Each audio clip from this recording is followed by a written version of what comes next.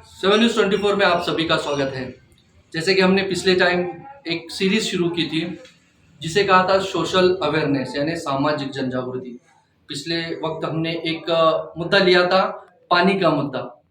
उसके ऊपर बहुत सारे हमें कमेंट भी आए, बहुत सारे लोगों ने आके बात भी की। जैसे कि हाजी तौफीक भाई हत्तूरे, उन्होंने हमारे स्टूडियो में आके बाइट दी, तो बहुत ही अच्छा रिस्पांस मिला और बहुत सारे लोगों को पता भी चला कि क्या होता है, किस तरह से करना है। बहुत सारे लोगों को हमने भी बताया कि भाई किस तरह से पानी की किल्लत यानी जो रेन वाटर हार्वेस्टिंग है या फिर जो वॉल टू वॉल जो रोड का काम है, इसके जरिए किस तरह से हम पानी की बचत कर सकते हैं।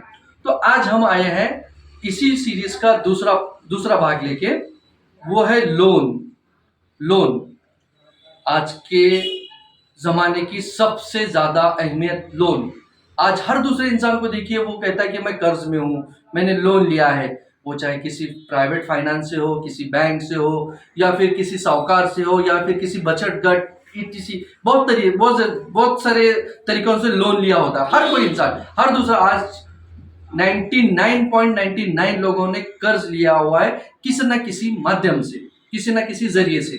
तो आज हम जो बात करने वाले हैं वो है जो हम जो मोबाइल यूज करते हैं उस पर बहुत सारे भी ऐड हो रहे हैं, आ रहे हैं। लोन लीजिए बिना डॉक्यूमेंट्स के, बिना कागज पत्र के, बिना किसी गारंटी के लोन लीजिए। तो हम हमारे दर्शकों को बताना चाहते हैं कि वो जो लोन लेते हैं आप, यानी जो एप्लीकेशन के जरिए या बस आधार कार्ड, पैन कार्ड, इसके जरिए, या फिर मोबाइल ऐप जो जैसे फोन पे, गूगल पे, इस पर बहुत सारे लोन होते हैं। उसके टर्म्स एंड कंडीशन को आप देख लीजिए, वहां पे क्या क्या बताया गया, उनकी क्या क्या शर्तें हैं, कितना रेट ऑफ इंटरेस्ट है, एक चेक बाउंस होने पे कितना चार्ज वो करते हैं, आपकी बैंक कितना चार्ज करती है, कितने साल तक आपको फेरना है, कितना EMI आपको भरना है। ये सभी चीजों की आप तहकीकात कीजिए। हम ये नहीं कह रहे किसी से कि लोन नहीं लीजिए, मत लीजिए, सब कुछ बोगे से नहीं। लोन जरूरत है, आप लोन लीजिए, लेकिन उसके जो भी आप कंपनी से लोन ले रहे हैं, जो भी बैंक से लोन ले रहे हैं, उसके क्या क्या शरायत हैं, उसके क्या क्या नियम है, कितना पे करना है आपको, कितना भरना है, ये सब देख लीजिए। फॉर एग्जाम्पल मैं आपको बताता हूं, अगर आपने मान लीजिए किसी बैंक से 1 लाख रुपए या किसी फाइनेंस से 1 लाख रुपए का लोन लिया है, तो उसका XYZ 5-6 हजार रुपए का आपको EMI भरना है। तो वो EMI आपको कितने साल भरना है, ये पहली बात आप देख लीजिए।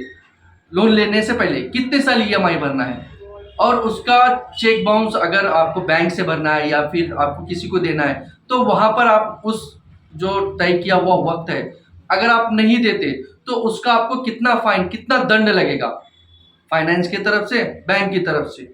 और बैंक जो है, आपको मैं बताना चाहूंगा, बैंक जो है महीने में 3 बार चेक प्रेजेंट करती है तयशुदा तारीख से। यानी मान लीजिए आपका 2 तारीख का अगर कोई चेक लगने वाला है, तो 2 तारीख को अगर बाउंस हुआ है तो वो वापस से 4-8 दिन के बाद वापस से आपके बैंक को लगता है। अगर आपके बैंक में खाता है तो कट होगा, पैसा है तो कट होगा, नहीं तो वापस से बाउंस होगा।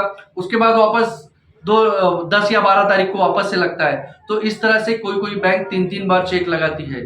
तो ये सारे जो टर्म्स एंड कंडीशन है वो डॉक्यूमेंटेड होने चाहिए। यानी ऐसे नहीं कि भाई किसी ने बोल दिया नहीं एक ही बार चेक लगाएंगे, डॉक्यूमेंटेशन होना चाहिए। क्योंकि जब आप नहीं भरोगे तो वो डॉक्यूमेंट ही दिखाते हैं ना अपने को कि भाई ये देखिए ये रूल्स है, ये नहीं भरा है, डॉक्यूमेंट ही दिखाते हैं। तो डॉक्यूमेंटेशन होना चाहिए कि कितने बार चेक लगा है।